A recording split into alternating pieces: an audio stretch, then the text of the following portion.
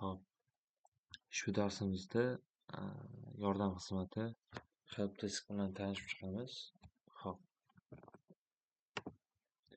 bizda helpdesk moduliga kirib oldik. Kirganimizda bizda tiketlar bo'ladi. Ya'ni o'zi bu modul nima uchun kerak deydigan bo'lsak, bizda xizmat ko'rsatganimizdan so'ng bizni mijozlarimizda qandaydir muammo yuzaga kelishi mumkin keyinchalik xizmatimiz yuzasidan va o'sha xizmatimiz yuzasidan bizni veb-saytimiz orqali yoki biz bergan link orqali ular o'z so'rovlarini qoldirishlari mumkin. Ya'ni muammo haqida yozib qoldirishadi va boshqa bo'lishadi va bizda bu yoqda tiket ochiladi. Helpdeskga tegishli bo'lgan xodim u tiketlarni ko'rib chiqadi va muammosini hal qiladi. Xo'p, keling yangi tiket yaratib ko'ramiz. Misol uchun restoranda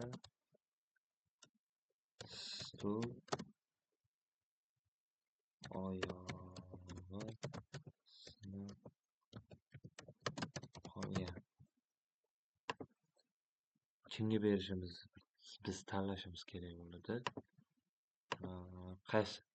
Misol uchun Burak Mirash masalan cheklangan jamiyati va qo'shamiz. Bizda so'rov tayyor bo'ldi va kirganimizda bizda biz prioritetini belgilab qo'yishimiz mumkin bo'ladi. Ya'ni Burak Mirash masalan cheklangan jamiyatida restoran stol oyog'i sinib qolgan. Biz ushbu xodimga berdik. U xodim bo'lsa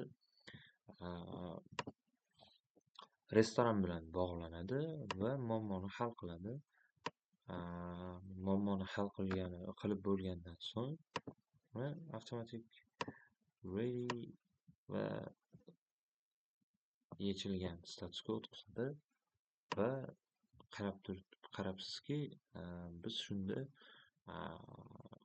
mijozlarga ko'rsatgan xizmatlarimizni ham barchasini shu yerda olib boramiz va bu hammasi bizda tariximizda saqlanib qoladi. Ertangi kunimizda